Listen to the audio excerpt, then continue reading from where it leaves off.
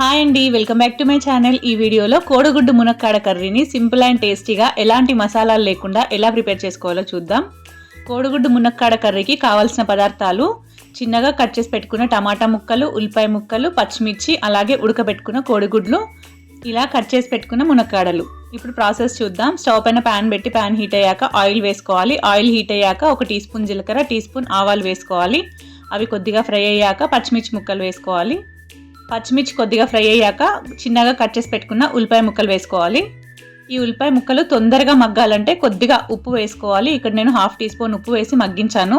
ఇలా golden brown colour వచ్చేంత వరకు ఫ్రై అయిన తర్వాత కరివేపాకు వేసుకోవాలి. కరివేపాకును కూడా కొద్దిగా ఫ్రై చేసుకోవాలి.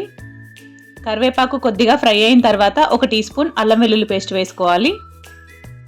అల్లం వెల్లుల్లి పేస్ట్ని కూడా పచ్చివాసన పోయేంత వరకు ఫ్రై చేసుకోవాలి. ఇలా అల్లం వెల్లుల్లి పేస్ట్ పచ్చివాసన పోయేంత వరకు ఫ్రై అయిన తర్వాత 1 టీ స్పూన్ పసుపు వేసుకోవాలి. పసుపు వేసుకున్న తర్వాత ఒకసారి కలిపి మనం ముందుగానే కట్ చేసి పెట్టుకున్న మునక్కాడ ముక్కల్ని వేసుకొని కలుపుకోవాలి. ఈ మునక్కాడ ముక్కలు మనం మూత పెట్టి ఒక 2 నిమిషాల పాటు మీడియం ఫ్లేమ్లో మగ్గించుకోవాలి. చక్కగా మగ్గుతాయి. ఇలా 2 నిమిషాలు మగ్గిన తర్వాత ఇందులో మనం ముందుగానే చిన్నగా కట్ చేసి పెట్టుకున్నాం కదా టమాటా ముక్కల్ని వేసుకోవాలి.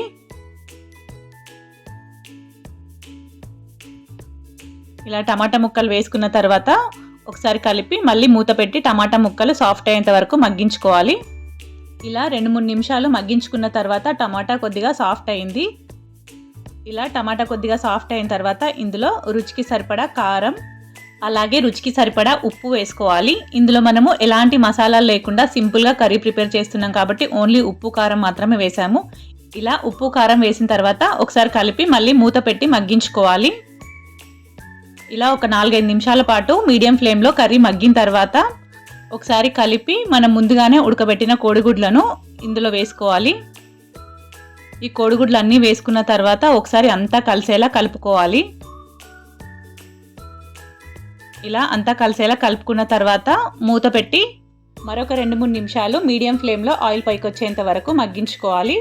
ఇలా చక్కగా మగ్గిన తర్వాత సన్నగా తరిగి పెట్టుకున్న కొత్తిమీరాకును వేసి ఒకసారి అంతా కలిసేలా కలిపి స్టవ్ ఆఫ్ చేసుకుంటే అంతే అండి, టేస్టీ మునక్కాడ కోడిగుడ్డు కర్రీ రెడీ.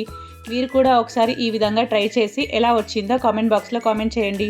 మీకు మరిన్ని ఇలాంటి వీడియోలు కావాలంటే please like, share and subscribe my channel and support my channel. Thank you.